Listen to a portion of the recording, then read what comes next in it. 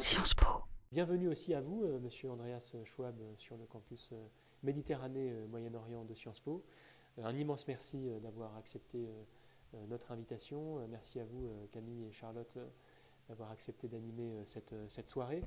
Alors, cette soirée est placée sous le signe « Nous avons conjuré le sort ». Voilà, nous n'avons pas voulu nous arrêter sur une difficulté. Figurez-vous, pour celles et ceux qui ne le savaient pas, que cette conférence aurait dû avoir lieu l'année dernière.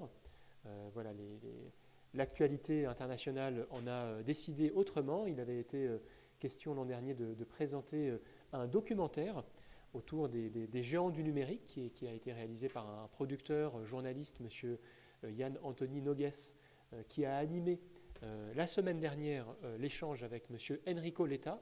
M. Enrico Letta m'a d'ailleurs chargé de vous passer ses plus amicales salutations. Il a même pris une photo quand il a vu que vous veniez à Menton ce soir.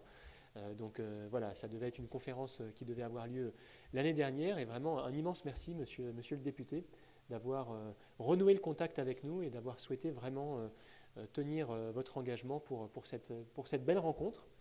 Donc vous êtes député européen, je ne vais pas en dire plus parce que Camille, c'est Camille qui va en dire un petit peu plus. Vous êtes voilà, notamment connu dans les instances européennes et par les grands géants du numérique parce que vous avez été le rapporteur d'un texte essentiel pour la régulation de ces enjeux sur le territoire de l'Union européenne. Mais vous êtes aussi ici en qualité de local de l'étape, si je peux m'exprimer ainsi, parce que Menton est une ville que vous connaissez, peut-être vous nous révélerez, peut-être vous nous direz pourquoi, et aussi cette institution, ses couleurs rouges et blanches, alors je ne sais pas si c'était les couleurs à l'époque, mais il y avait déjà le renard et le lion qui font partie du logo de Sciences Po.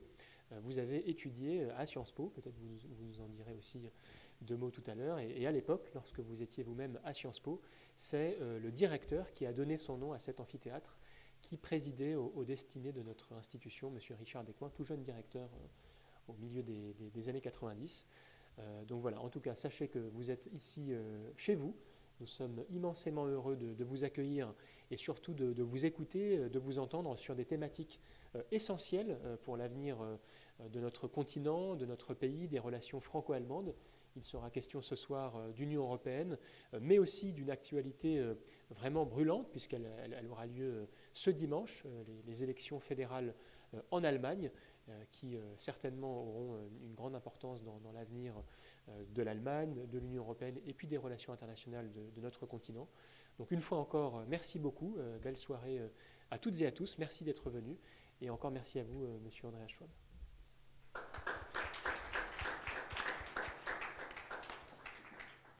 Bonjour à tous, c'est donc avec un immense plaisir que nous accueillons aujourd'hui sur le campus de Sciences Po Menton le député européen allemand, M. Andreas Schwab. Donc, avant de débuter, je souhaite tout d'abord remercier M. Alaoua, Mme Lecomte, la Fabrique politique et la Société européenne, ainsi que toutes les personnes qui ont rendu cet événement possible. Donc, notre invité du jour, M. Schwab, vous êtes un homme d'influence au sein du Parlement européen. Vous êtes membre de la CDU, donc l'Union chrétienne-démocrate, et député européen depuis 2004, où vous êtes membre du PPE, donc du Parti populaire européen.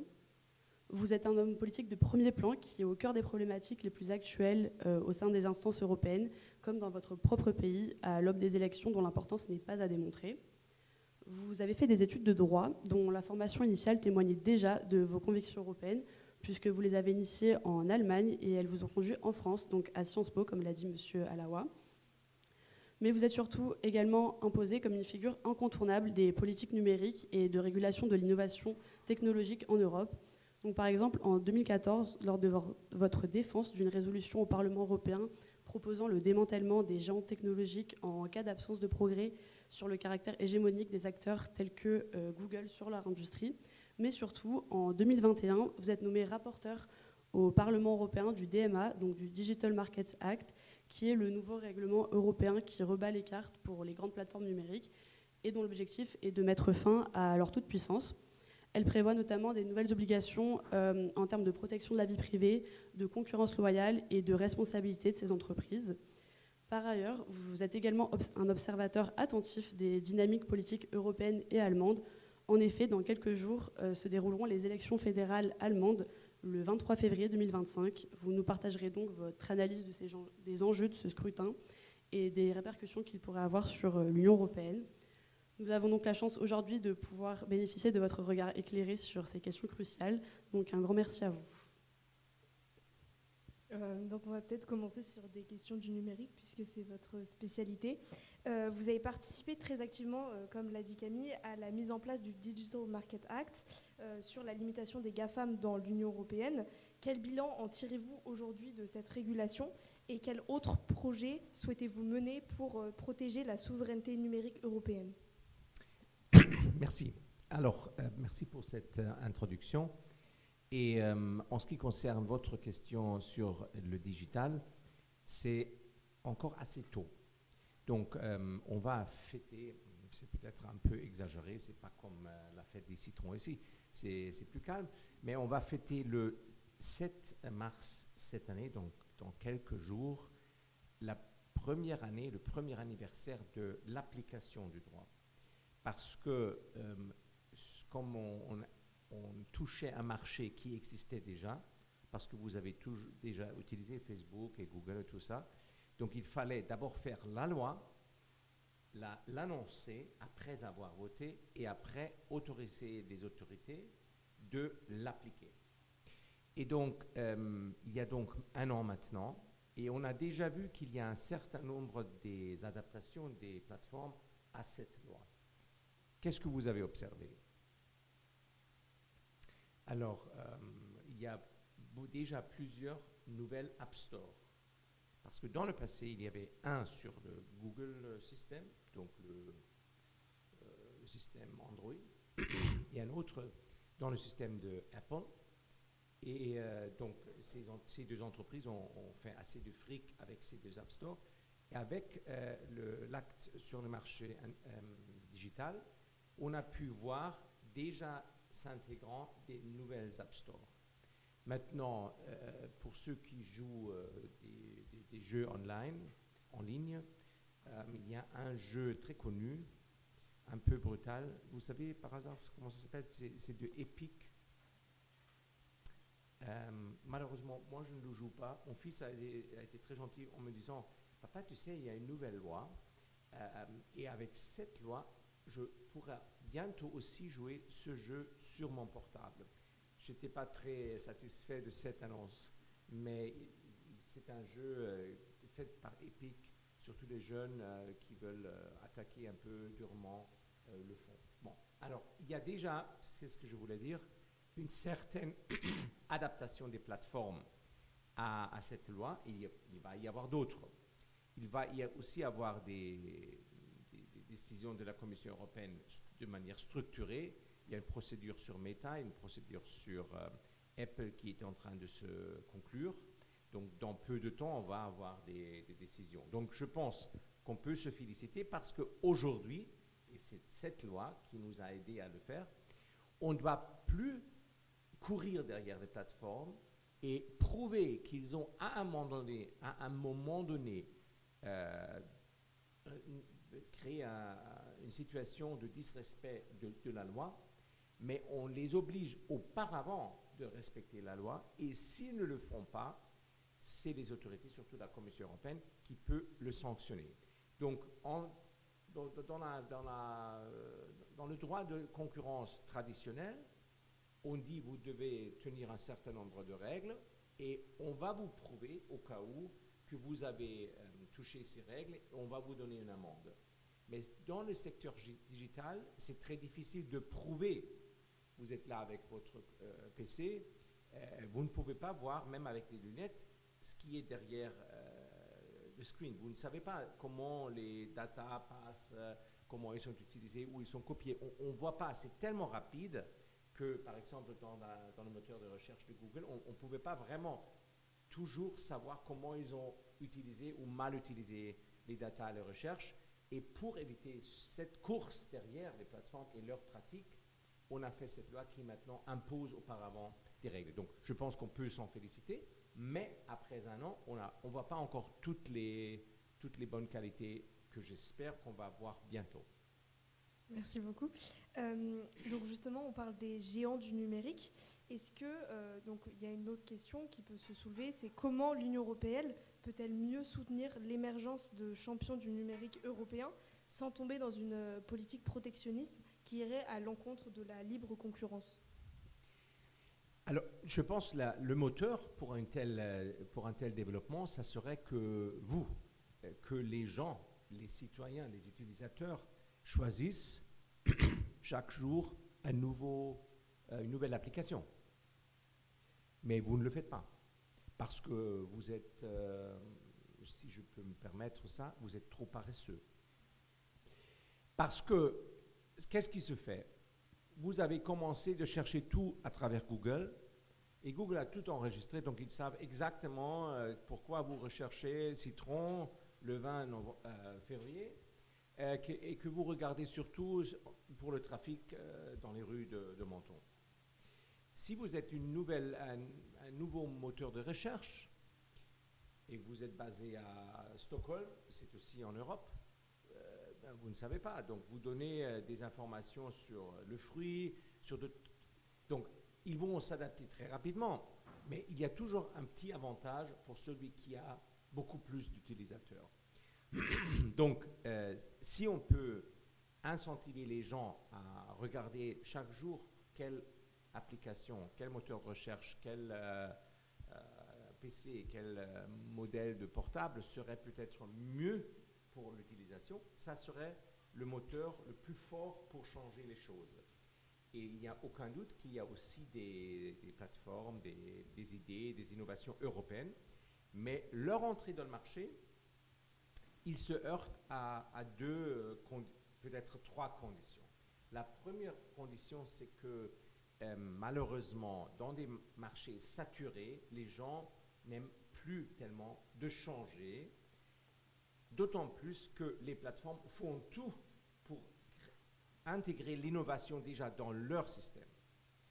Et c'est un grand problème parce que, imaginons que vous avez commencé à Menton de faire une innovation, de créer un app super chic, je ne sais pas, peut-être sur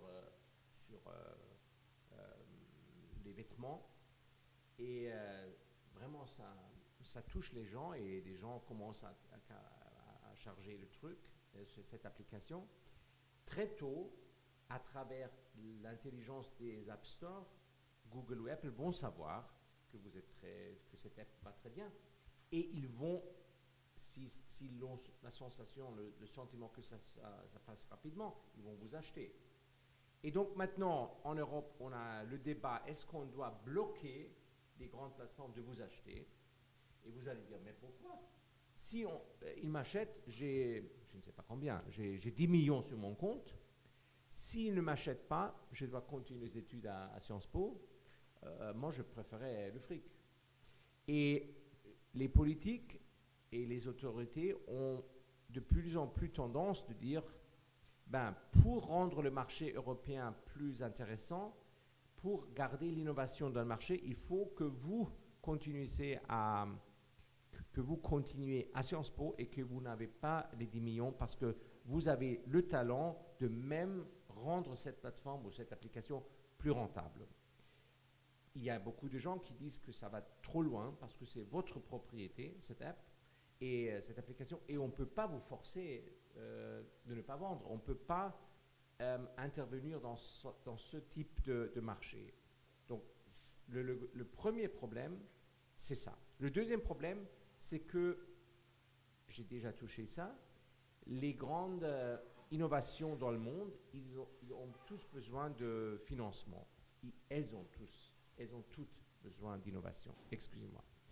Et donc, les marchés mondiaux, ils vont miser sur les zones où ils ont le plus tendance à croire qu'il y a l'innovation la plus rapide. Et donc, l'accès au capital est crucial et les grands investisseurs mondiaux, par exemple le Fonds d'État de Singapour, ils investissent là-bas. Ils investissent aux États-Unis, au Silicon Valley. Ils ne viennent pas en Europe parce qu'ils ne voient pas encore que c'est aussi chez nous que ça peut se faire. Et le troisième élément, c'est le talent. Les gens qui ont vraiment des capacités et qui veulent s'investir, malheureusement, à cause des deux autres facteurs, ils passent plutôt, ils partent pour les États-Unis. Et c'est vrai que le système, surtout en Californie, est mise beaucoup plus sur le risque que les économies en Europe. Aux États-Unis, vous pouvez détruire votre entreprise et le lendemain, vous avez un nouveau crédit. Ici, à Menton, ça sera très difficile. Et donc, ces conditions sont un peu le problème sur lequel il faut s'interroger comment on peut le changer, parce qu'on a aussi des gens capables. On a aussi des machines à adapter des innovations. On a aussi une grande fortune en Europe. Peut-être pas sur les individus comme aux États-Unis, mais la population en Europe est aussi très riche. Mais on n'arrive pas à mettre ensemble comme il le fallait.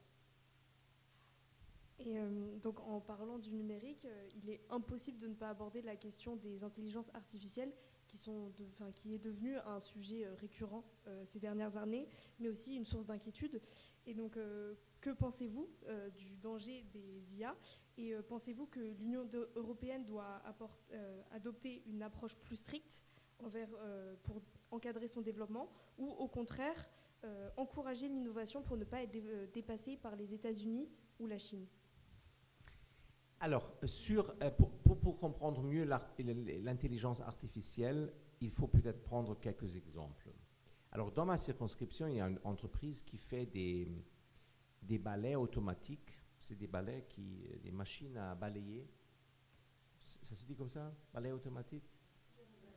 Aspirateur, voilà. Pour des parkings, par exemple, aussi dans la rue. Pourquoi?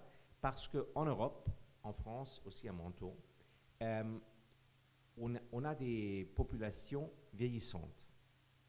Et donc, à un moment donné, on manquera des gens qui peuvent nettoyer les rues.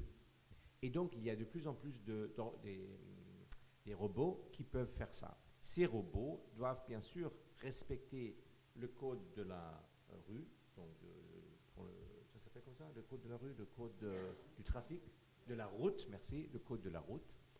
Ils doivent respecter donc les autres voitures, les autres bicyclettes, mais aussi les piétons. Et pour faire ça, il y a des programmes. Est-ce que maintenant ça s'appelle intelligence? Je ne sais pas. Ce truc-là, ça fait un scanning autour de la machine et ça regarde est-ce que c'est un arbre, est-ce que c'est une personne, mais une personne pas dans le sens personne, mais dans le sens ça pourrait être aussi un singe. Le système ne peut pas reconnaître ça, mais il regarde un peu, il cherche à scanneriser un peu l'environnement pour guider la démarche de la machine. Ça s'appelle, ce programme qui reconnaît les choses, ça s'appelle intelligence artificielle. Maintenant, il y avait des gens qui disaient ah oui, faire attention, c'est à haut risque. Au début, on disait ça peut être à haut risque. Pourquoi? Parce que ça veut reconnaître les personnes. Mais ça ne veut pas reconnaître votre visage. Ça ne veut pas reconnaître si vous êtes femme, homme ou autre chose. Ça veut juste reconnaître que vous êtes un humain qui bouge. Il faut comprendre que vous bougez peut-être rapidement à gauche, à droite, et donc il faut faire plus attention comparé à un arbre ou à une voiture qui ne peut pas se changer la position comme ça. Un homme, une femme, un chien peut faire ça. Donc, ce n'est pas vraiment le visage ou la personnalité qui doit être reconnue, mais juste... donc, est-ce que c'est intelligent?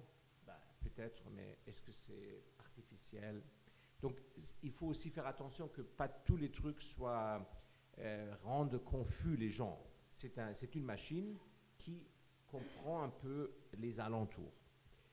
J'ai visité l'année dernière à Alicante un autre système d'intelligence artificielle et c'est bien pour Menton parce que vous savez que de plus en plus l'élevage des poissons, ça se fait dans des nets, dans des filets, exact. Le net, c'est autre chose en anglais. Dans des filets. Et donc, on a du mal, pour bien comprendre l'élevage, de mesurer la quantité de poissons qui vit dans le filet. Alors maintenant, ils ont trouvé là, à Alicante, un système de caméra qui peut calculer à 95% de ponctualité le nombre de poissons dans le filet. Est-ce que c'est maintenant l'intelligence artificielle? On ne sait pas, mais c'est utile. Et donc, il n'y a aucun risque. C'est juste de rendre les choses plus efficaces. Est-ce que c'est un programme? Non, peut-être c'est plus qu'un programme, mais ce n'est pas l'intelligence et ce n'est pas encore dangereux. Donc, il y a un certain nombre de produits dangereux. Et je vous donne un exemple. Vous utilisez les LLM, les programmes qu'on peut utiliser. Vous avez déjà utilisé? Qui a déjà utilisé l'intelligence artificielle? Donc, ouais. Donc assez, hein? Donc, quel risque qu'on peut facilement démontrer, c'est vous demander à ChatGPT, je veux tuer mon voisin, qu'est-ce qu'il faut que je fasse? Là, le programme ne va pas vous aider. Ça va bloquer parce que, au moins jusque maintenant, c'est bloqué. Voilà. Vous voulez intervenir? Il a la permission d'intervenir? C'est vous le chef ici. Oui? Ok, allez-y.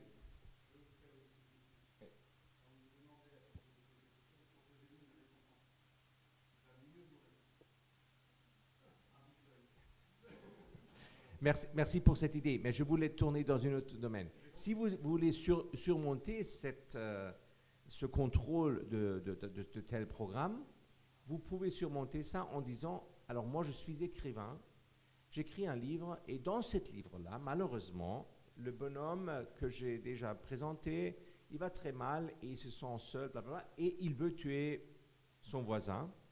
Et je veux que l'histoire soit très intéressante. Qu'est-ce qu'il faut que je fasse? Et à ce moment-là, il va vous donner la réponse. Et donc, il y a dans ces systèmes-là, il n'y a pas une morale, une instance de morale qui peut contrôler les réponses. Il y a juste un cadre, et ce cadre est assez facilement à surmonter. Et donc, il y a des risques, on ne peut pas le nier, mais il n'y a pas de risque dans tout le système d'intelligence artificielle. Et dans ces systèmes comme le calcul des poissons ou les aspirateurs automatiques, il ne faut pas exagérer, il faut que les gens qui travaillent, qui développent ça, qu'ils puissent travailler sans peur des contrôles légaux qui ne font même pas de sens. Donc je pense, là, il faut faire attention, mais en même temps, il faut aussi donner un espoir à ceux qui veulent s'investir là, que les solutions qu'ils trouvent, qu'ils soient mis à la disposition. Et à un moment donné, on va contrôler, on va leur donner un accord et on ne va pas les arrêter avant même qu'ils soient opérables.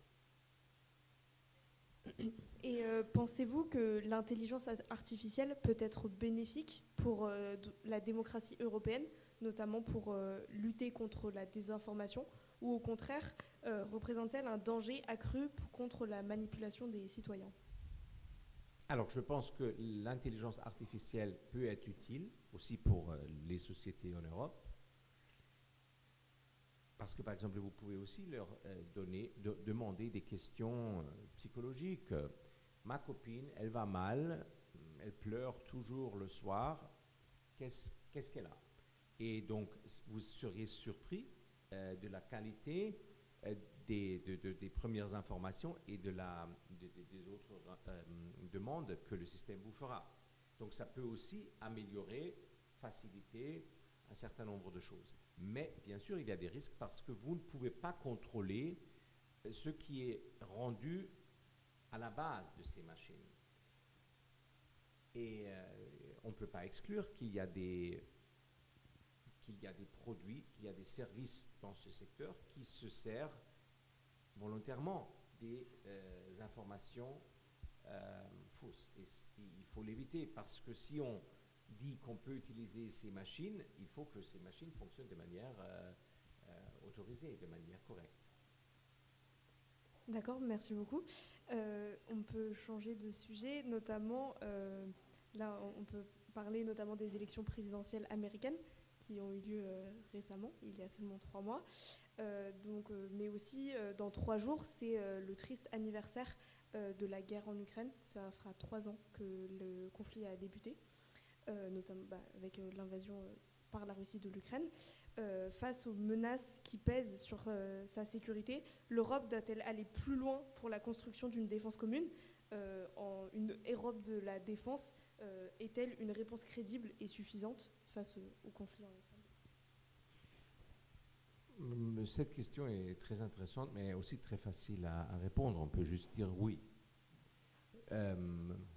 Et c'est un peu ridicule parce qu'on l'a tellement dit, et les politiques l'ont tellement répété que le fait que vous me demandez cette question maintenant prouve que vous avez des doutes que ce qu'on a été dit était sérieux. Donc bien sûr, il faut le faire, mais le problème en politique, c'est toujours de le faire. Et pourquoi cela ne se faisait pas encore? Probablement, il y a un peu de différence entre l'Italie, la France, l'Espagne, l'Allemagne. Il y a peut-être quelques différences, mais à la fin, pourquoi cela ne s'est pas fait?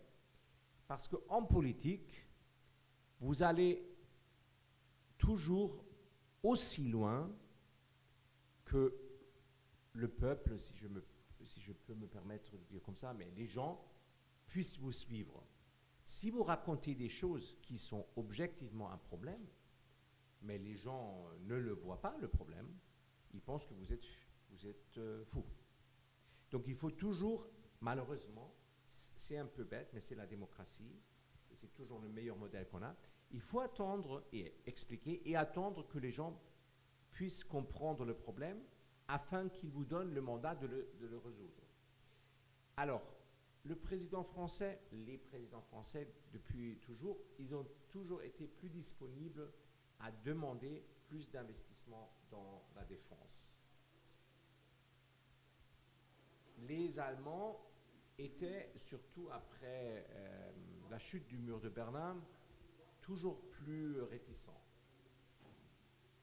Alors, c'est peut-être un peu caricatural, mais en Allemagne, on a épargné de perdre beaucoup de budget national en investissant ce fric autrement.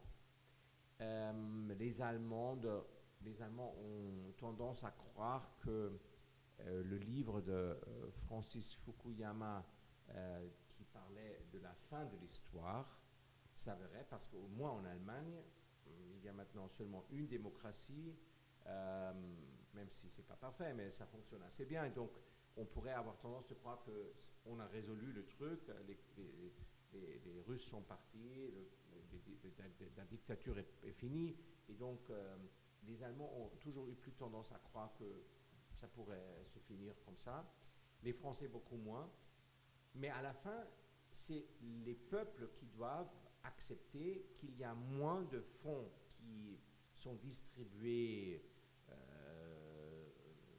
pour le social, pour les universités, pour des aides, des allocations familiales, tout ça, et qui sont versés pour autre chose. Et en Allemagne, on pouvait le voir clairement, même s'il y avait une idée qu'il fallait faire plus, à la fin, le courage du gouvernement manquait de le réaliser, parce qu'il fallait couper autrement. Et ils n'ont pas fait. Et c'est à la fin, si on prend le cas de l'Allemagne, c'est ça le point et le problème principal. Justement, en parlant de l'Allemagne, les gros... Vous voyez, on n'a pas parlé du président américain parce que ça ne sert à rien.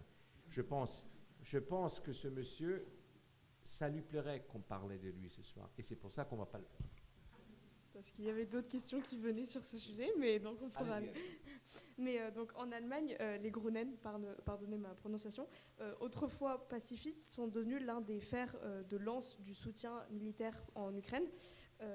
Cela reflète-t-il un tournant plus large de la classe politique allemande en matière de défense ?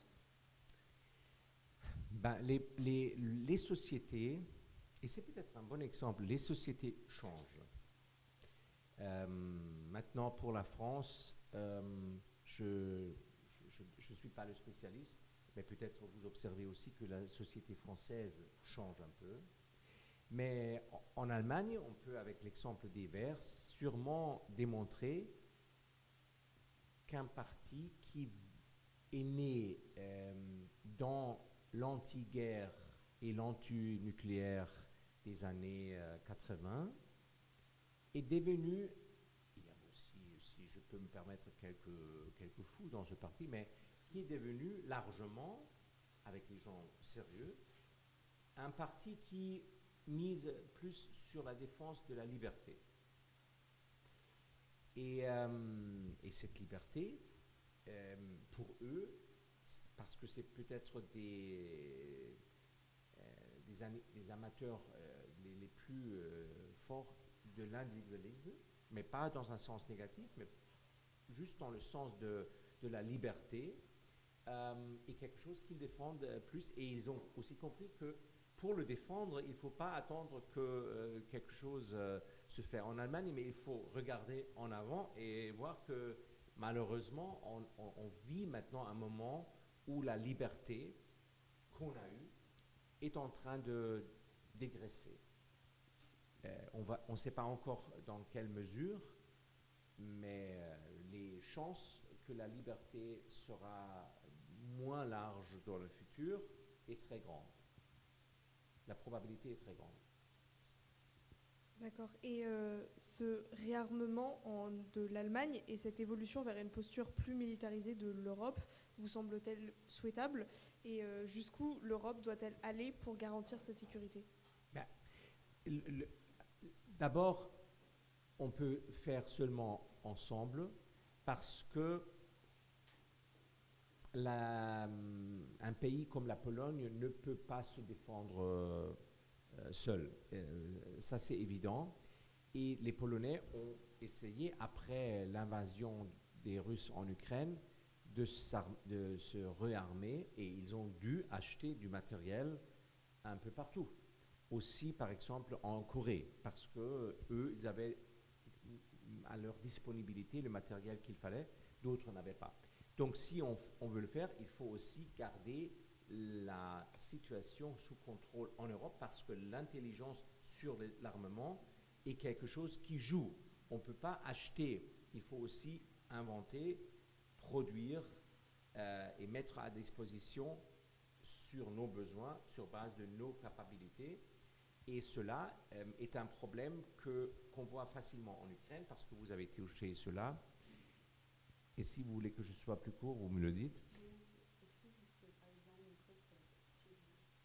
Absolument. Alors, il faut que je tienne le micro mieux. OK. Je vais essayer ça.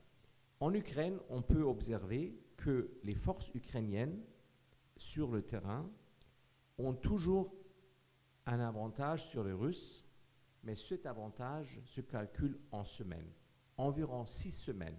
Alors, si vous avez un nouveau modèle de drone, un nouveau modèle de quoi que ce soit, 6 semaines après, les Russes sont capables de le copier. Et ça prouve que si l'Europe veut effectivement se défendre, elle a besoin de ces ressources, de ces productions, de ces innovateurs pour arriver à cet avantage de quelques semaines. Et donc, il faut le faire, et il faut être conscient que même si on a des inventeurs allemands super intelligents, ça ne va pas être suffisant pour l'Europe. La même chose pour la France. Et donc, on peut seulement gagner notre liberté, et on peut seulement défendre nos idées si on le fait ensemble. Donc, il faudrait le faire, mais il faut investir beaucoup, et ces investissements doivent venir des États membres, parce que l'Union européenne, elle n'a pas vraiment un budget. Elle a seulement le budget que mettent à la disposition de l'Union européenne les États membres. Et les États membres, d'abord, leurs gouvernements veulent être réélus. Donc, ils vont parler beaucoup du social. Ils vont parler beaucoup des retraites.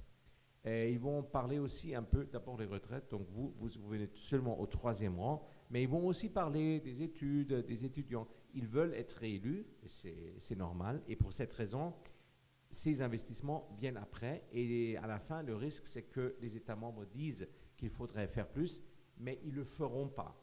Au début, c'est ce que je vous ai dit dans mon introduction à cette question, les gens ne se rendent pas compte parce qu'ils entendent qu'il faudrait faire plus et ils disent oui, c'est vrai, mais on ne veut pas perdre le soutien là, on ne veut pas perdre le fonds là. Et donc, les politiques disent il faudrait faire, il fallait faire, mais on ne fait rien. Et à un moment donné, il y aura un incident et vous allez dire mais ça ne va pas, on nous a promis ça, mais rien ne s'est fait. Et à ce moment-là, les choses vont commencer sérieusement, mais malheureusement, on ne sait pas vraiment quel événement faut arriver pour rendre les gens plus conscients du fait que si on ne commence pas maintenant à nous défendre mieux, ça pourrait être trop tard. C'est comme ça. Malheureusement, dans des démocraties, ce n'est pas quelqu'un au top, au niveau superposé, qui peut décider maintenant c'est le moment, vous devez accepter. Non, dans des démocraties, c'est les gens qui doivent décider qu'ils veulent que ces mesures soient prises. Et je crains qu'on n'est pas encore là. C'est en train de se faire, mais on n'y est pas encore. Donc, vous ne vouliez pas particulièrement parler de Donald Trump. Si vous me permettez de poser une question. Ouais. Face à sa prise de position, quels vont être les nouveaux challenges pour ce conflit avec la position des États-Unis qui sera nouvelle? Le conflit entre l'Europe et les États-Unis ou en Ukraine? C'est toujours la même chose. Il faut qu'on soit lucide soi-même. Alors, il faut que nous soyons lucides. Qu'est-ce qu'il y a? Il y a un peuple européen qui était, dans le passé, après la Deuxième Guerre mondiale, intégré dans l'Union soviétique. À la fin du chute du mur, il y avait un accord international dans lequel l'Ukraine se débarrassait de leurs armes nucléaires et gagnait l'indépendance. Et à partir de ce moment-là, on peut maintenant dire beaucoup de choses. Menton, à un moment donné, c'était aussi en Italie, mais aujourd'hui, c'est en France. Et l'Ukraine, c'est un pays indépendant. Et les Ukrainiens ne veulent plus retourner en Russie. Et donc, si notre idée du monde, que les peuples sont là pour se défendre et pour déterminer eux-mêmes de leur futur, il faut aider à l'Ukraine. Parce que sinon, si l'Ukraine est partie, il y aura un autre problème avec un autre État en Europe. Et pour cette raison, c'est notre raison d'être de défendre des peuples en Europe. En tout cas, on veut aussi aider à tous les peuples dans le monde, et on ne peut pas faire tout, mais au moins en Europe, il faut les défendre, parce que sinon meurt aussi l'idée qu'on a pour nous. Donc sur un dernier sujet, dans 3 jours, enfin dimanche en tout cas, il y a les élections fédérales allemandes. C'est vrai, et on a, Youssouf peut confirmer ça, on avait accordé cette date avant la décision que les élections soient dimanche, donc ce n'est pas fait exprès. Mais allez-y. Comment abordez-vous ces élections fédérales? Est-ce que vous êtes plutôt confiant ou inquiet? Et notamment, selon vous, pourquoi la position favorable de l'AfD est-elle révélatrice? Alors, ça c'est un sujet totalement allemand.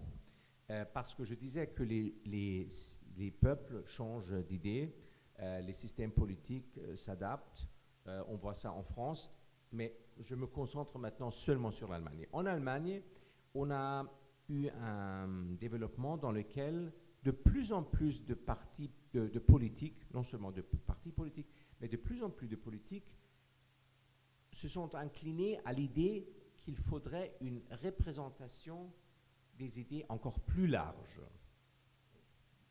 Il y a tellement de raisons pour cela que je ne peux pas vraiment aller en détail, mais par exemple, dans le social media, dans les réseaux sociaux, si vous dites quelque chose de normal, personne ne le regarde.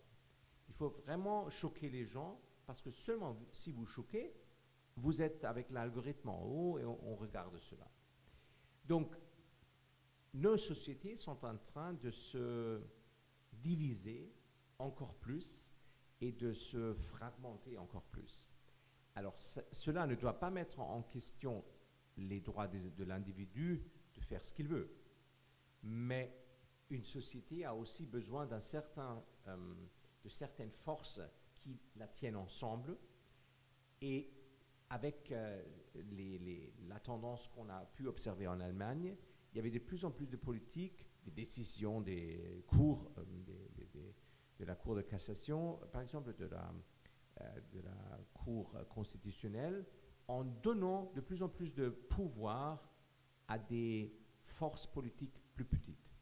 Comme ça, le système proportionnel est devenu toujours plus fort et cela nous a amenés dans une situation où il y a le risque, de mon point de vue, mais vous pouvez aussi voir ça comme chance, mais en tout état de cause, c'est un phénomène que pour la première fois, le Bundestag pourrait voir deux partis d'extrême gauche, même si dans le passé, il y avait zéro. Il pourrait se faire qu'il y a même d'autres petits partis qui pourraient avoir un droit d'exister. Je ne veux pas mettre ça en question. Mais de plus en plus de partis vous mettez dans un parlement, de plus en plus difficile sera à la fin créer un gouvernement stable. Pourquoi? Parce que les partis ont la vocation d'être différents l'un de l'autre. Sinon, vous n'avez pas intérêt d'entrer dans un parti, si tous les partis font la même chose. Et de plus le parti vous mettez dans un gouvernement, de plus ont les ministres de ces partis le besoin de se différencier de leurs collègues. Et comme ça, à un moment donné, on l'a vu en Allemagne, il y a un besoin de finir un gouvernement, de se retirer. Et le temps de se retirer dans des démocraties, ça coûte du fric. Ben, ça, on peut heureusement encore se permettre aussi en Allemagne. Mais ça nous fait aussi perdre des processus, du temps pour procéder avec des décisions. Parce que maintenant, le gouvernement ne peut plus agir. Le nouveau gouvernement va avoir besoin de 3-4 mois pour se mettre ensemble, mettre en place. Et donc, plus ou moins, pour au moins 7-8 mois, on n'a pas décidé. Et c'est clair que des entreprises, je voulais déjà dire, c'est plutôt l'aspect États-Unis, mais des dictatures, ils ne perdent pas ce temps. Ils sont toujours prêts. Et donc, il faut éviter que ce type d'attente d'un nouveau résultat d'élection nous met dans une situation de faiblesse. Et sur cela, il faut être lucide. On peut faire tout en Europe. La France et l'Allemagne ont des systèmes politiques complètement différents, même si, et je ne sais pas combien des Allemands vous connaissez, combien de fois vous avez déjà été en Allemagne, mais à la fin, quand je serai ce soir, je dirais, à Cologne, la salle serait identique comme ici. C'est les mêmes types d'idées, les mêmes personnages, c'est identique. La seule chose qui nous sépare, les Français et les Allemands, aujourd'hui, c'est la langue. Et c'est assez plus important, les constitutions. Parce que si je peux me permettre, les bags, donc les pochettes, c'est maintenant les mêmes producteurs pour les Français et les Allemands. Les lunettes, c'est la même chose. La bouffe, c'est la même chose. Les voitures, tout est plus ou moins la même chose. Vous achetez ça en France, nous on achète ça en Allemagne, mais les producteurs derrière, ils viennent de partout et c'est la même chose. Donc la seule différence qu'on a, c'est la langue, mais plus important dans ce contexte, c'est les constitutions. Et la constitution française, pour des raisons qu'on peut expliquer, mais qu'on ne peut pas comprendre, avec De Gaulle a trouvé dans la Ve République ce personnage. Dans le passé, on disait fort. Aujourd'hui, je ne sais pas ce que vous en pensez. Peut-être on dit plus fort, on dit central, ou je ne sais pas. En Allemagne, on n'a pas ça. En Allemagne, on a le personnage fort, c'est le chancelier, mais celui-là, ou la chancelière, celui-là, il est décidé à travers des élections nationales. En France, vous gardez le président, même si vous avez des élections nationales. Ça, c'est un avantage parce que vous avez toujours quelqu'un qui est en train de gouverner et capable de décider. En Allemagne, à un moment donné, pour les élections, vous manquez ce personnage parce que ça vient après. Et comme ça, les deux systèmes sont différents et ont du mal à s'aligner. Et comme ça, j'ai vu ce matin un article dans un post digital où ils ont dit Paris se réjouit ou attend le nouveau gouvernement allemand. C'était la même chose il y a 3 ans. Là aussi, il était écrit Paris se réjouit du nouveau gouvernement allemand, mais maintenant ils sont complètement déçus parce que les attentes, c'est des attentes qui ne peuvent pas se réaliser. L'Allemagne, et pas à cause des Allemands, et pas à cause de la langue, mais à cause de la constitution allemande, qu'on peut expliquer, mais qu'on ne peut pas complètement comprendre, à un système qui est complètement différent comparé avec le système français. Et comme ça a du mal à s'aligner. Si on joue plutôt où on peut se remplacer, on peut se aider mutuellement, ça peut fonctionner, mais nous, on manquera toujours un président fort comme le français, et notre gouvernement sera toujours plus, si je peux me permettre dans mon français un peu limité ce soir, nous aurons toujours un gouvernement un peu plus responsable que les gouvernements français, parce que les gouvernements allemands, ça doit aussi intégrer la fonction du président, qui en France est séparée. Et comme ça, pour revenir à votre question, lucide, ça veut dire que dans cette situation difficile, il faut comprendre nos avantages en Europe. Par exemple, un président français que les Allemands n'ont pas, mais un gouvernement allemand que les Français n'ont pas.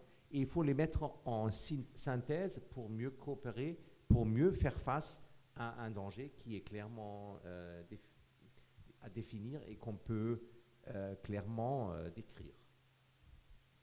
Merci beaucoup pour vos réponses. On va peut-être ouvrir aux questions du public.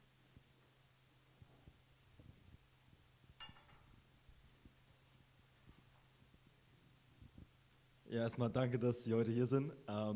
If it's okay, I'm going to ask my question in English, and maybe you can translate or someone can translate it. Does it work? Perfect. Because we just talked about the German elections, which obviously affects both of us.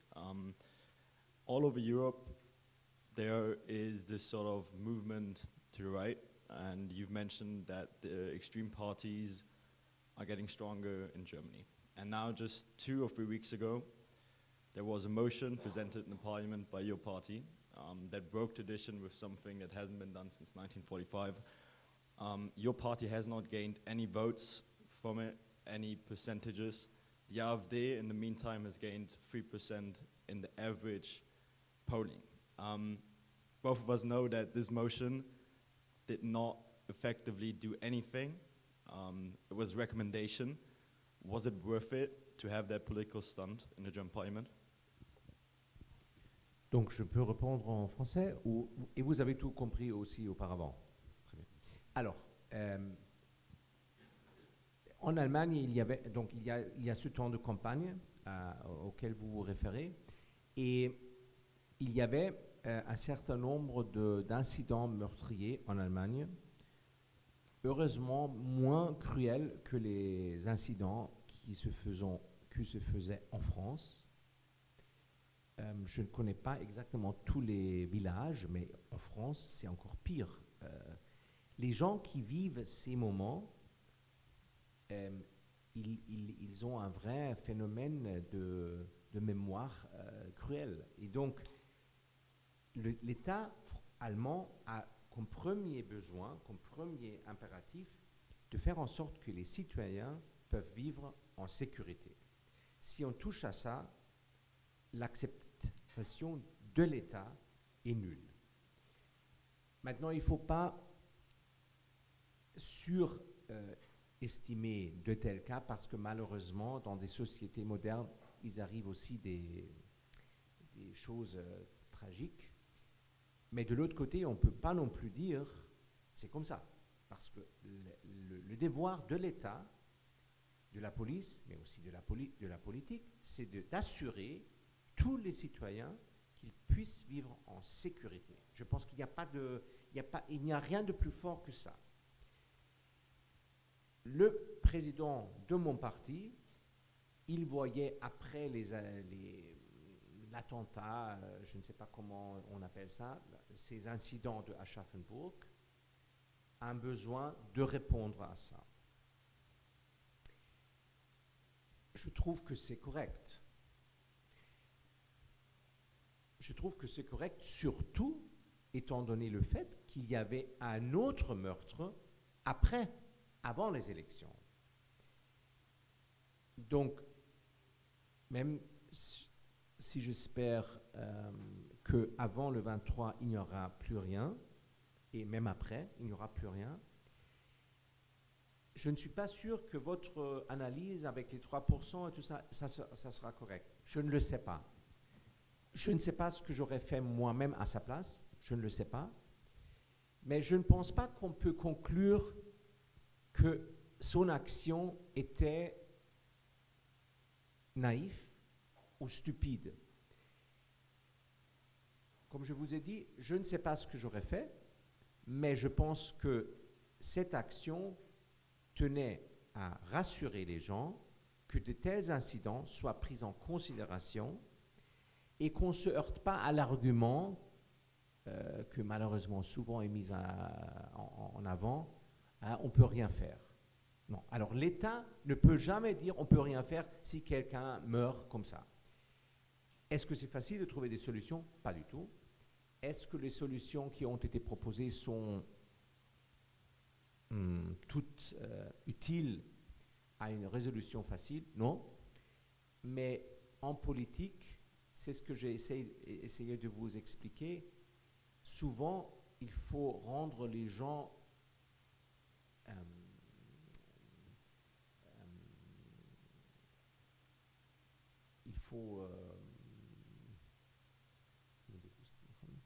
il faut rendre conscients des gens d'un problème qu'ils peut-être n'ont pas assez compris.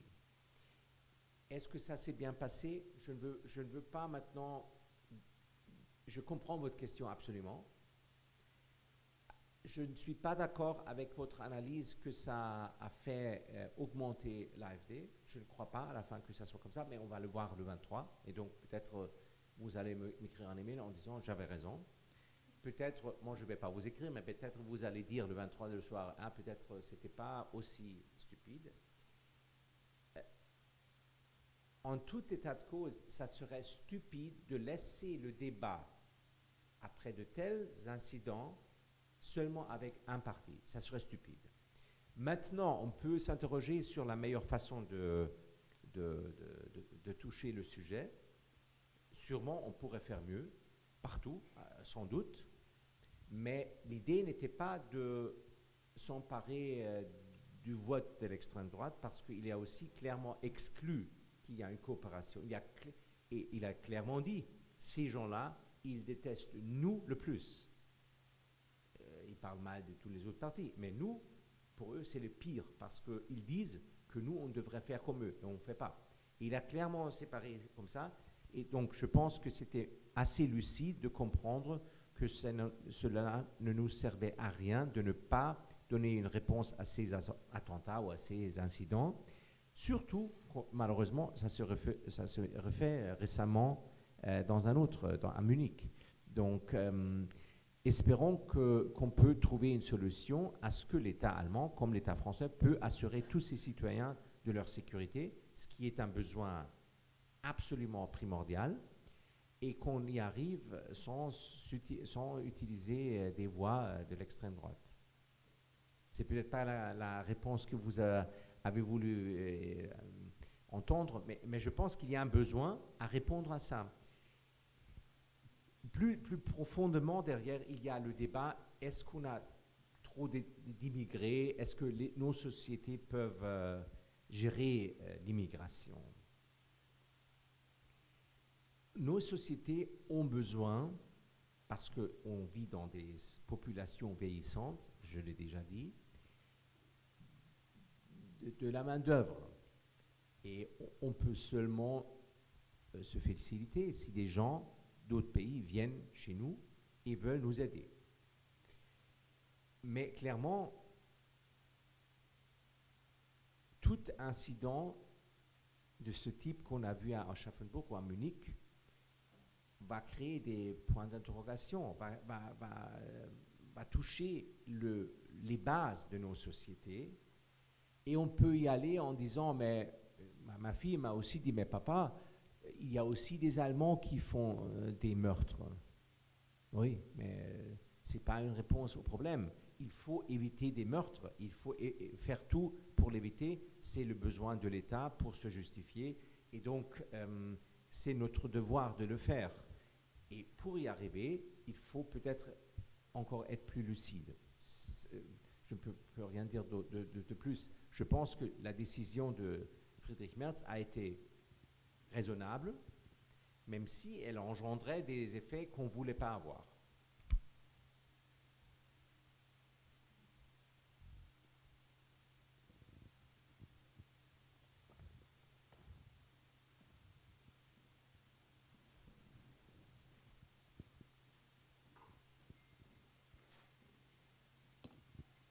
Bonsoir, merci beaucoup pour votre présentation. Je reviens sur le sujet du numérique, si vous me le permettez.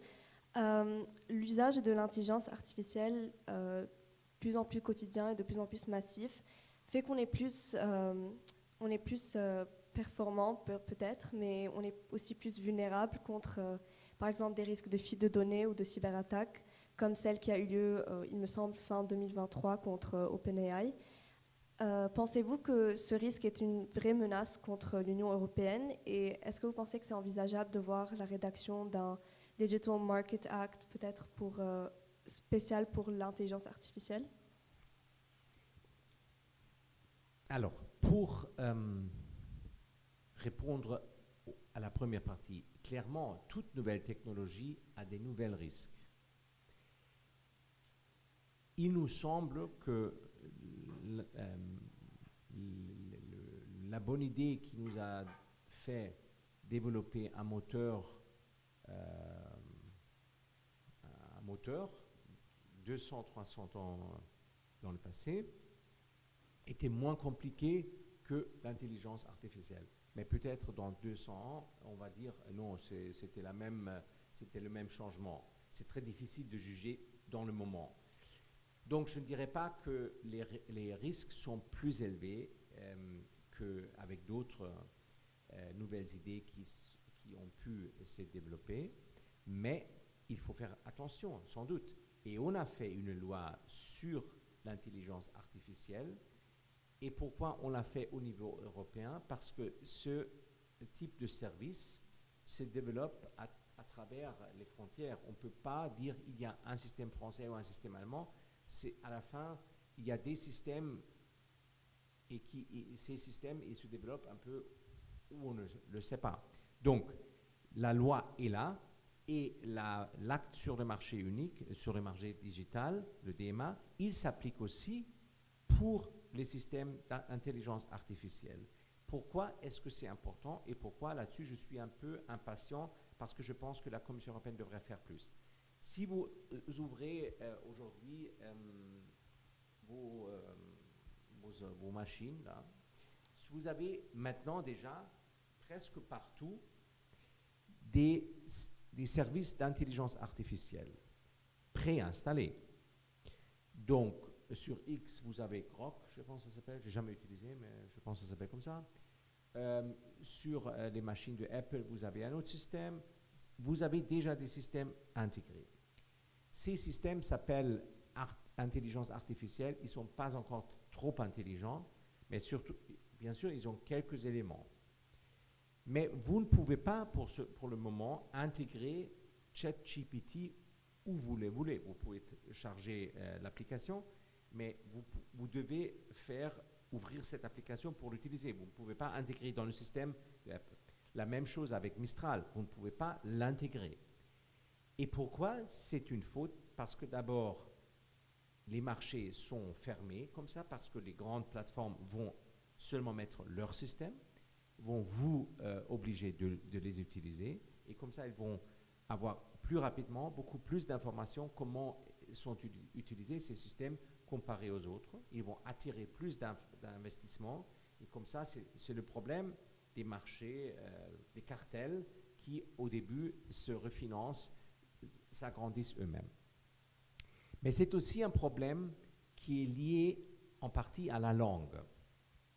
Maintenant, le français et l'allemand, sous ce contexte, on pourrait dire que c'est plus ou moins la même chose, même si ce n'est pas vrai, mais on pourrait dire. Mais il y a 2 ans, j'étais au Japon. Les Japonais ont peur, parce qu'ils ont aussi d'autres écritures, que leurs résultats scientifiques, leur langue, leur moyen de penser est complètement mis à côté à travers les nouveaux systèmes, parce que c'est plus difficile d'intégrer ce type de langage, ce type de langue, ce type de pensée dans les systèmes internationaux. Et donc, il y a aussi un effet de culture qui joue, qu'on veut maintenir et qu'on ne veut pas perdre.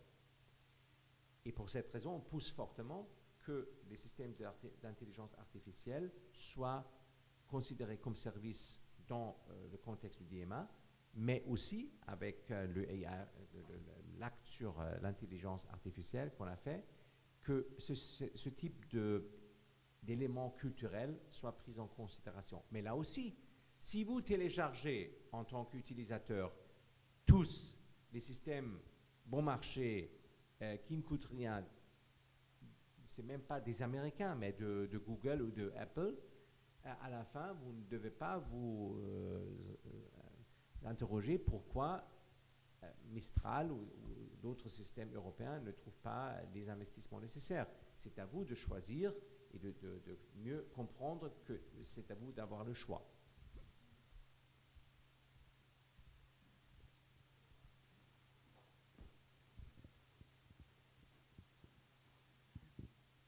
Bonsoir, merci beaucoup pour votre conférence. J'aimerais revenir sur la question de mon camarade et la réponse que vous avez apportée. À un moment dans votre réponse, vous avez dit que la CDU ne ferait pas de compromis avec l'AfD. Et pourtant, vous êtes le premier parti à avoir rompu le cordon sanitaire qui était imposé au Bundestag contre l'AfD. Cette motion est passée à 438 voix contre 435. Donc sans les voix de l'AfD, ça n'a jamais aurait été possible. Et est-ce que vous pensez que ça en valait vraiment la peine, au vu des réactions du peuple allemand et même au vu de la montée de l'extrême droite de manière générale en Europe et dans le monde, et des implications qu'on peut déjà imaginer? C'est une très bonne question.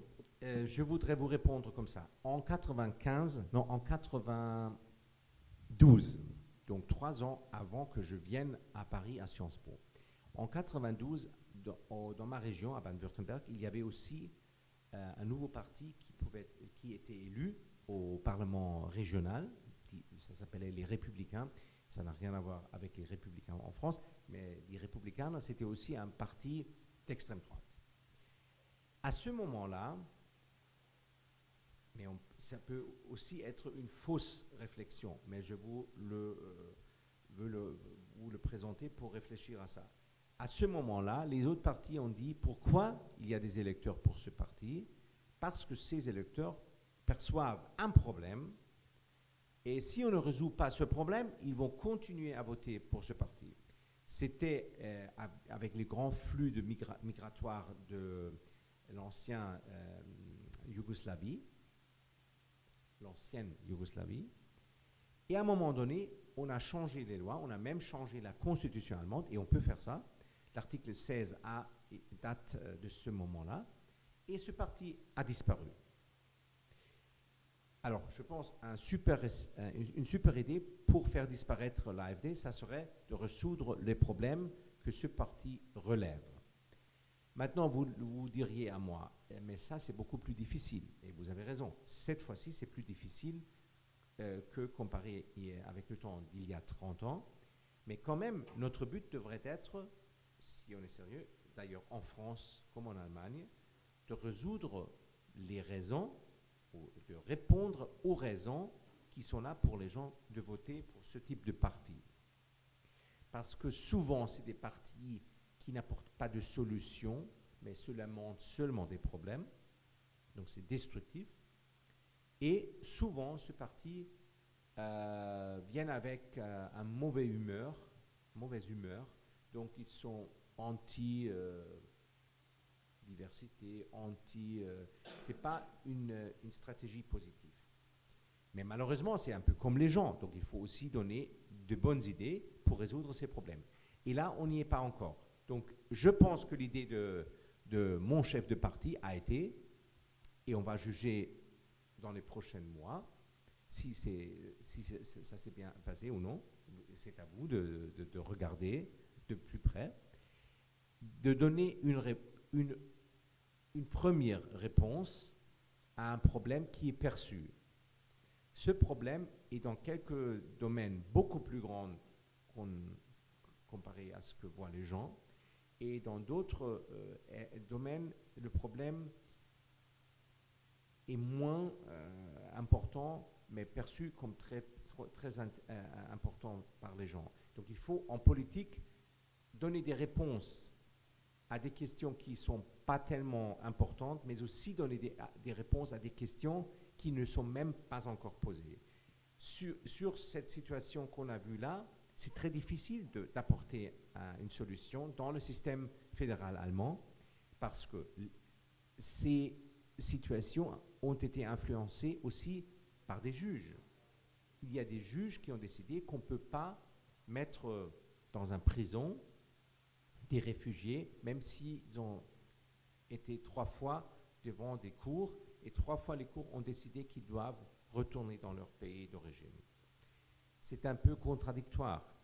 Qu'est-ce qu'on pourrait faire? On pourrait créer d'autres maisons, d'autres systèmes de rétention avec plus de liberté. Qui devrait le faire? Les Länder. Les Länder n'ont pas intérêt. Donc, je pourrais vous donner d'autres explications pourquoi le problème est plus profond et plus grand, et que ce n'est pas facile de trouver des solutions rapides. Mais je pense que le but de l'action de cette proposition de M. Merz, c'était d'essayer de revenir vers une stratégie comme on l'a utilisée en 1992. Et cette stratégie, à ce moment-là, positive, a été de résoudre le problème qui font voter les gens à l'extrême droite. C'est l'idée. Maintenant, il faut voir si on peut réaliser cette idée et si ça fonctionne. Mais de dire on ne peut rien faire, ce n'est pas une option. Non?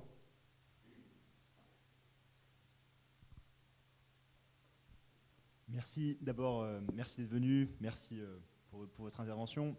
À la réponse à Yann, vous avez tout de suite un peu la main avec à répondre aux problèmes soulevés par les partis extrémistes. Vous avez tout de suite fait un lien entre immigration et les attentats qui sont survenus, mais une grande majorité, l'extrême majorité de l'immigration en Allemagne n'a absolument aucun lien avec ça. Est-ce que c'est pas démagogue de votre part de faire ça? Est-ce que c'est pas un parallèle avec les méthodes de l'AfD de effectivement faire cette comparaison-là? Et est-ce qu'il n'y a pas d'autres réponses à apporter et carrément changer de méthode et pas tout de suite employer des façons telles que vous venez de le faire? Voilà, merci. Alors, regardons en France, regardons en Allemagne. Bien sûr, on peut constater qu'il y a une grande, non seulement majorité, mais presque la totalité des gens qui sont venus qui n'ont rien à voir avec ces incidents meurtriers. Je l'avais dit, si vous vous rappelez. Donc, ce n'est pas démagogue. Je pense que vous vous référez plutôt à la stratégie en général de parler de ça, n'est-ce pas? Aussi, directement après, vous avez parlé d'immigration, mais c'est absolument pas lié. C'est des crimes qui arrivent et tout. Vous avez tout à fait raison, mais c'est pas lié directement à ça. Vous avez employé les deux thèmes, vous avez évoqué les 2 thèmes dans votre réponse, alors que c'était pas ça la question, c'était par rapport à la montée de l'AfD. Non, mais on ne peut pas non plus nier que les attentats qu'il y avait, et d'ailleurs en France et en Allemagne, les attentats de ce type sont faits par des gens qui, pour des raisons qu'on peut élaborer, ont plus, avec l'expérience qu'ils ont fait, tendance à faire de tels trucs. Ma fille m'a dit, mais papa, il y a aussi beaucoup de femmes qui meurent en Europe à cause... C'est vrai, mais c'est un autre type de problème qu'on essaye d'aborder avec d'autres solutions. Moi, j'ai été interrogé sur la proposition de M. Merz en ce qui concerne ce moment au Bundestag, et j'ai dû apporter une réponse à ça. Et je pense qu'on ne doit pas se donner des fausses idées là-dessus. Les migrants qui viennent et qui deviennent français ou allemands sont les premiers à devenir critiques si l'État allemand ne fait rien, parce que ces gens-là, ils ont peur que leurs enfants s'inspirent à ça. C'est non seulement un problème des populations qui sont de plusieurs générations déjà ici, mais aussi des nouveaux arrivés. C'est souvent les plus fermes à critiquer ça, parce qu'ils disent, si vous permettez ça, notre disponibilité à nous intégrer est réduite, et on ne veut pas ça. Et je pense qu'il ne faut pas non plus faire la comparaison entre meurtrier et meurtrier. Il faut résoudre le problème. Et il y a un certain type, il y a très très peu, je ne veux pas exagérer, mais il y a un certain type de migrants qui a vécu une vie brutale en traversant l'Afrique, en traversant... On ne peut pas s'imaginer que les choses que ces gens-là font comme expérience, et qui, pour un certain pourcentage petit, ont un comportement que pour nous ne se fait plus. Et il faut éviter que de tels incidents se font.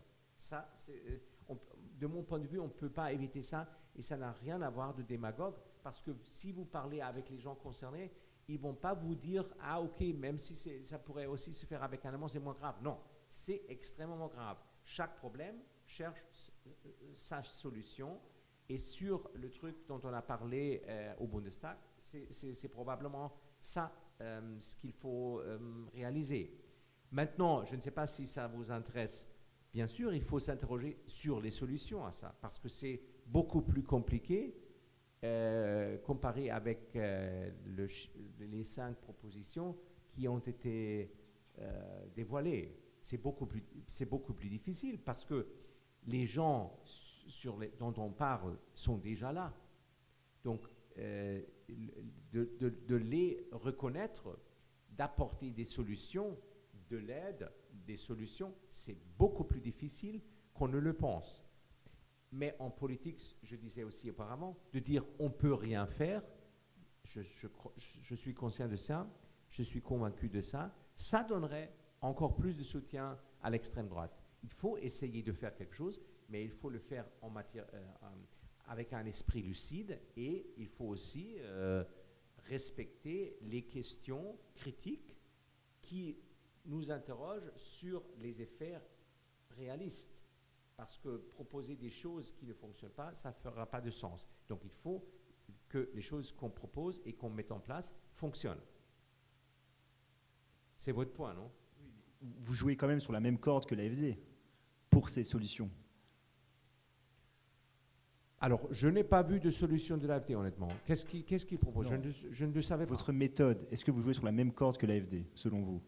Est-ce que le CDU joue sur la même corde que l'AfD ? Absolument pas. Je dirais absolument pas. Mais depuis la Deuxième Guerre mondiale, en votant une loi avec l'AfD, est-ce que le CDU joue sur la même corde que l'AfD ou pas ? Je dirais clairement non, et c'était aussi le message de notre chef de parti. Mais c'est vrai que vous dites, le fait qu'ils ont voté avec nous, ça nous met en difficulté. Je sais que c'est un peu, peut-être ça semble un peu professeur, si je vous raconte maintenant comment ça se passe dans les parlements. Mais au Parlement européen, c'est plus couvert, parce qu'un parti d'un pays ne peut pas faire la différence. Mais les groupes de partis, à la fin aussi. Alors, au Parlement européen, récemment, il y avait une résolution, je ne sais même pas sur quel sujet, qui a été rejetée avec les voix de l'extrême droite, de l'extrême gauche, des socialistes et des verts. Ce n'était pas fait exprès des socialistes. Ce n'est pas fait exprès, mais ça se fait. Donc, les majorités, ils se construisent. Et on ne peut pas dire que chaque majorité où il y a l'extrême droite est per se une majorité fausse. Les arguments derrière peuvent être même différents. Et donc, sur cela, il faut avoir une stratégie plus lucide. Parce que sinon, on pourrait aussi dire en tant que chrétien-démocrate, en tant que conservateur, sur ce sujet, il faut que vous votez avec nous, parce que sinon, c'est l'AfD qui fait la différence. Ça ne serait pas démocrate. Allez-y. Vous. Ce ne serait pas démocrate. En France, il y a eu l'extrême droite en train de passer, il y a eu une alliance et un front républicain qui s'est créé. Ce n'était pas démocrate selon vous? Si. Non, le front républicain, c'était absolument...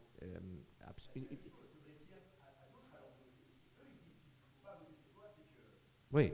Alors en France, vous avez eu ça. Et je trouve que c'est très positif. Alors restons un moment en France et après retournons en Allemagne. En France, vous avez eu ça, mais si j'ai bien compris, ça ne fonctionne plus. Ça fonctionnait à un moment donné. Oui. Ça fonctionnait. C'est ça ce que j'ai... C'est le passé, non? Oui. Ouais. Alors moi, j'aurais pensé que mieux était au Bundestag que les autres groupes votaient avec nous. Ils ne voulaient pas. Maintenant, je ne veux pas critiquer parce qu'en temps de campagne électorale, chacun à son tour. En France, vous avez eu cette conclusion que je trouvais au début extrêmement positive. Malheureusement, il me semble que c'est aussi en train de se déchirer parce qu'à la fin, les partis inclus ont des intérêts différents. Et au moment de l'élection, ils veulent se démontrer bien clairement. Madame.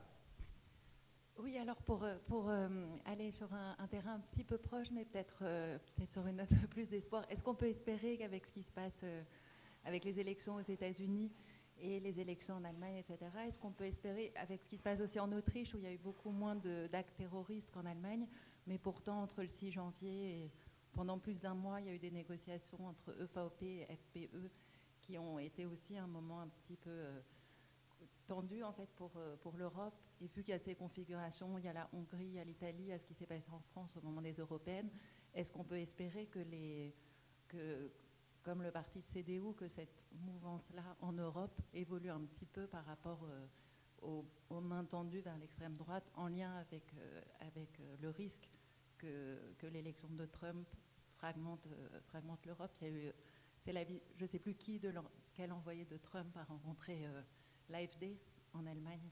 C'était M. Musk. Oui. Non, alors, oui, monsieur, là, veut aussi ajouter une question, non? Non? Ah, ok. Alors, peut-être il faut éviter de perdre un peu la focalisation. Ce qu'il faut faire, de mon point de vue,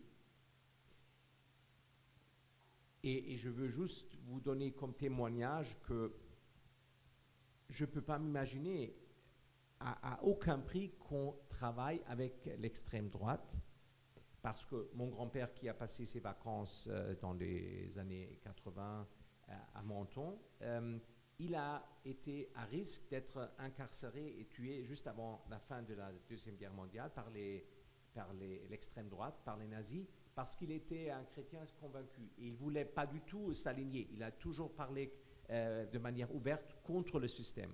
Donc pour moi, et avec mon héritage, c'est imprévisible. C'est pas du tout quelque chose que je pourrais accepter que mon parti fasse, et j'ai quelque chose à dire dans ce parti. Donc je crois que cette peur, on peut la mettre de côté. Mais cette peur, pour réaliser le problème derrière, c'est qu'il faut faire en sorte qu'on peut se débarrasser à un moment donné de ces 20% en Allemagne qui, en ce moment, sont là pour l'AfD. Et il y a des raisons régionaux, parce que si vous regardez la carte géographique de l'Allemagne, l'extrême droite est surtout fort dans l'est de l'Allemagne. L'est de l'Allemagne est économiquement un peu en arrière de l'ouest. L'est de l'Allemagne a vécu un temps difficile après la réunification parce que beaucoup des jeunes femmes sont allés vers l'Ouest pour trouver un meilleur travail. Donc la société dans l'Allemagne de l'Est est un peu différente, c'est quand même l'Allemagne. Et donc il faut trouver des réponses aux problèmes que les gens qui votent pour l'AfD qui l'ont, sans démagogie, basée sur les faits. Mais en politique, je me permets de vous dire, en politique, ça vous aide guère d'avoir raison. En politique, à la fin, qu'est-ce qu'il faut? Une majorité. Et pour cette raison, je comprends que quelquefois les arguments intellectuels semblent se heurter avec la réalité politique. Mais le but doit être qu'à long terme, les arguments intellectuels soient intégrés aussi intelligemment en politique que les bonnes solutions se fassent. Je trouve que c'est la réalité et ça ne doit pas vous éviter de me faire des questions critiques. Ça ne demande pas à vous de changer votre opinion, mais donnez-moi aussi au moins l'argument qu'à long terme, il se joue et pas à court terme, parce qu'à court terme, tout est un peu chaud. Vous voulez revenir?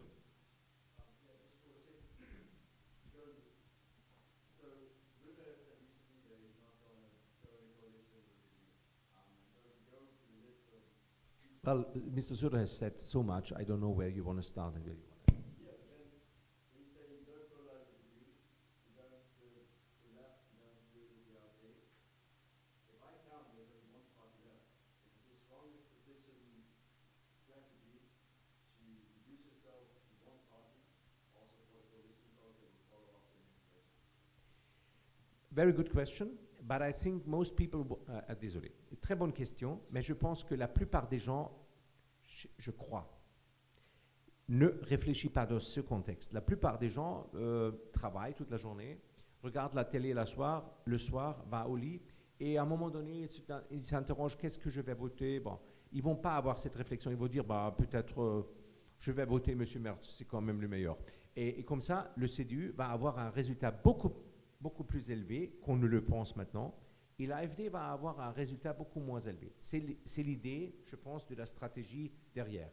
On va voir si ça fonctionne, dans quelle mesure, on va voir. Et ce n'est pas moi qui a inventé cette stratégie, mais je vous explique comment les choses doivent être regardées. Et donc, en politique, peut-être quelquefois, c'est moins académique, l'approche. Ça ne veut pas dire qu'il est mieux ou pire, mais il est moins académique et chacune espère de trouver la bonne solution au problème qu'il voit.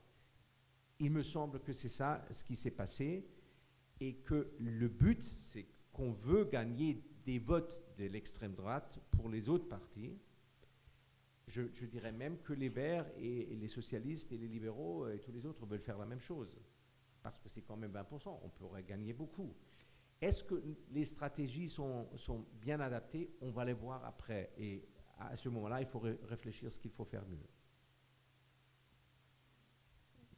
Bonsoir. Moi, j'aimerais rebondir sur le sujet de la sécurité européenne. Vous avez parlé tout à l'heure d'incidents qui amèneraient l'Europe et les gouvernements à une prise de conscience collective. Mais ma question, elle est là, étant donné que la guerre en Ukraine ne suffit pas. Comment faire pour que les gouvernements repensent la sécurité européenne? D'ailleurs, on parle notamment d'armée européenne et de ligue des gouvernements. Donc, qu'est-ce qu'il faudrait maintenant de plus grave encore que la guerre en Ukraine? Je pense que les Américains nous aident en ce moment parce qu'ils nous expliquent eux-mêmes qu'il ne faut plus acheter de l'armement américain. Et donc, il faut le faire nous-mêmes. Et il nous explique qu'il alors sans S, il nous explique, parce qu'on ne sait pas dans quelle mesure ce monsieur représente vraiment les États-Unis. Je dirais beaucoup moins important sa représentation qu'on le voit en ce moment. Mais il faut malheureusement aussi, là, il faut attendre pour qu'il se révèle la vraie position des Américains. Mais donc, ce monsieur, il nous donne, avec son rejet, l'argument qu'il faut nous armer avec nos armements et qu'il faut le faire maintenant parce qu'à un moment donné, ça sera trop tard. C'est encore assez loin parce en ce moment, il n'y a rien. Pour les Baltes, pour les 3 pays baltiques, l'agacement est plus fort, et la sensibilité est plus forte parce qu'ils sont au courant que ils peuvent se faire des choses très rapidement. Je pense que ce monsieur dont on a parlé est probablement le pire président que les États-Unis ont jamais eu. Mais là-dessus aussi, malheureusement, on va réaliser cela aussi après seulement. Et donc, restons lucides et prenons les décisions que nous pouvons prendre. Et pour y arriver, il faudra investir vraiment beaucoup dans notre armement, dans notre défense, surtout dans notre défense des valeurs. Parce qu'on ne fait pas ça pour chuter, on fait ça pour défendre nos valeurs qui aussi nous lient entre la France et l'Allemagne et toutes les autres nations dans l'Union européenne. Et ce sera la dernière question de la soirée. Alors, moi, j'aimerais évoquer un sujet non moins polémique que celui de l'AfD et de l'immigration. Est-ce que vous ne pensez pas qu'il faudrait que l'Allemagne réussisse à sortir de cette culpabilité avec Israël pour prendre position clairement dans le conflit israélo-palestinien, puisque tout à l'heure, vous parliez aussi de faire des choses, de prendre part, et que ne rien faire, ça ne sert à rien, qu'il faut avoir le courage de faire les choses. Est-ce que là aussi, il ne faudrait pas réussir à avoir le courage de faire quelque chose? Merci.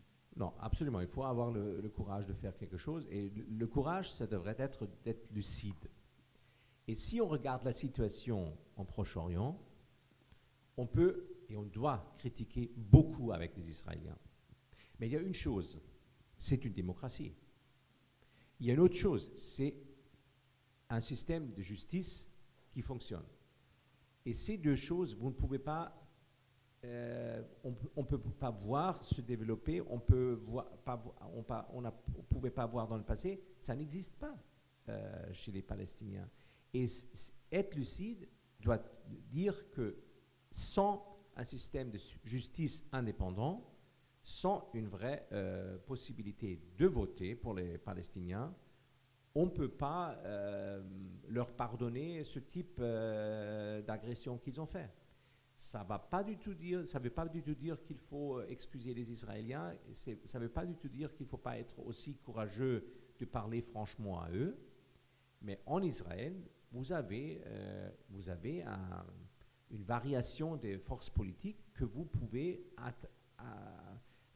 auxquelles vous pouvez parler de manière différente, qui ont des idées différentes et qui cherchent aussi, comme en Europe, les majorités. Même s'il y a au gouvernement israélien des partis d'extrême droite que moi je n'aime pas, je chercherai les arguments dans le système israélien de les faire perdre les élections, et je verrai toujours qu'il y a un système de justice en Israël qui est indépendant. Et ces deux choses, il manque dans le reste du pays. Et sans ça, on n'aura jamais une solution à long terme. Et c'est pour ça je pense qu'il faut insister beaucoup plus là-dessus. Il faut des partis politiques et pas un système dictatoire. Et il faut une justice indépendante. Je dirais. Merci beaucoup. Merci beaucoup, monsieur le député. Sciences Po.